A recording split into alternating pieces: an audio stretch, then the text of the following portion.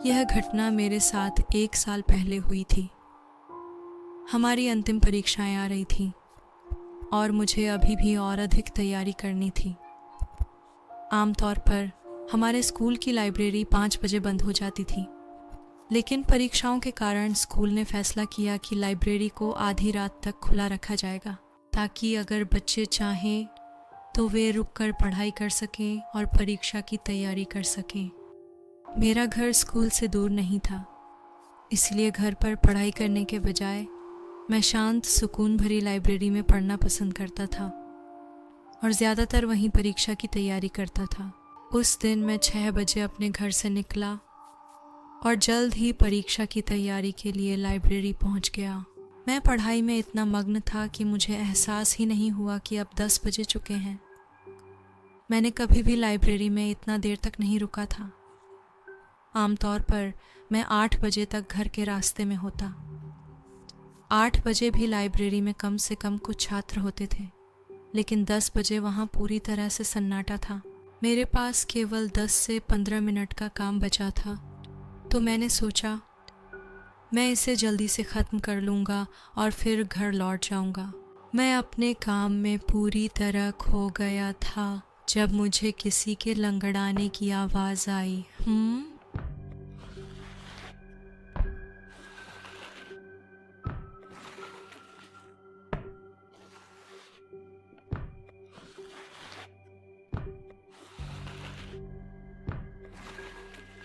मैंने जल्दी से अपनी किताबें उठाईं और लाइब्रेरी से बाहर दौड़ पड़ा। हमारी स्कूल लाइब्रेरी के बाहर बहुत लंबा गलियारा है। उस गलियारे के आखिर में जब आप दाएं मुड़ेंगे तो आपको स्कूल का बाहर जाने का दरवाज़ा मिलेगा। मैं गलियारे से होकर गुजरा और जल्दी से बाहर निकलने के पास आ रहा था जब मैंने देखा कि एक महिला उस गलियारे के आखिर में खड़ी थी।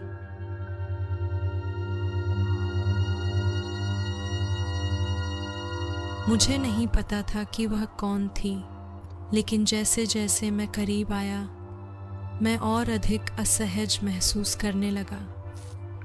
मैं इतना असहज हो गया कि मैंने आवाज़ दी, वहाँ कौन है? जैसे ही मैंने यह कहा वह कुछ ही सेकंड में गायब हो गई। मैंने राहत की सांस ली और मुख्य दरवाजे से बाहर निकल गया।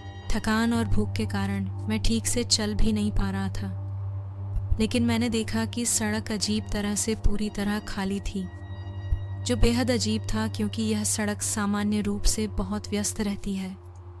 यहाँ तक कि रात में भी आप सड़क पर लोगों को चलते हुए देख सकते हैं। घबराहट और डर के कारण मैं चलते हुए ज़मीन की ओर देखता रहा। मैं लगभग घर पहुँच ही गया था जब अचानक मैंने देखा कि ज़मीन पर एक छाया मेरी तरफ पड़ रही थी, हालांकि मेरे आसपास कोई नहीं था।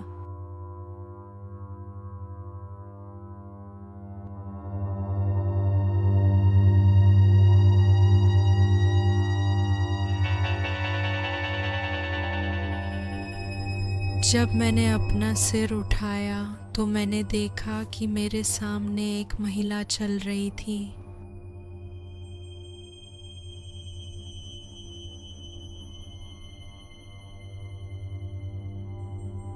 वह मुझे बहुत अजीब लगी।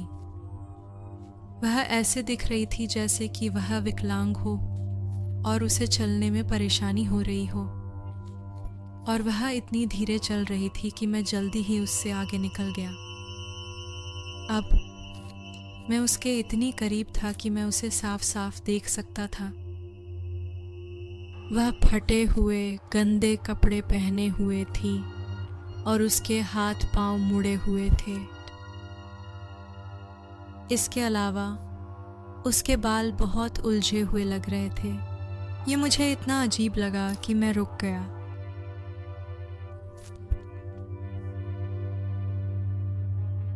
मेरा अंतर्मन मुझे बार बार कह रहा था कि इस महिला के और करीब मत जाओ। मुझे उसे पार करने की हिम्मत भी नहीं थी।